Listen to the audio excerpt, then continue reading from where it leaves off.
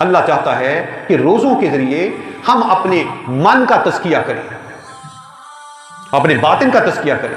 ये अगर हमारा मन का तज़किया हो जाए तो मन के तज़किये का मतलब यह है कि हमारी बातनी अमराज खत्म हो जाएं, बातनी बीमारियां।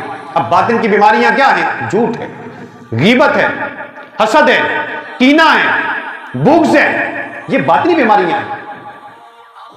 ये जो हम अपने अंदर ही अंदर कुड़ते रहते हैं दूसरों को देखकर, किसी की गाड़ी देखी, किसी के अच्छे कपड़े देखे, यार इन्हें क्यों पाले, ये हसद है।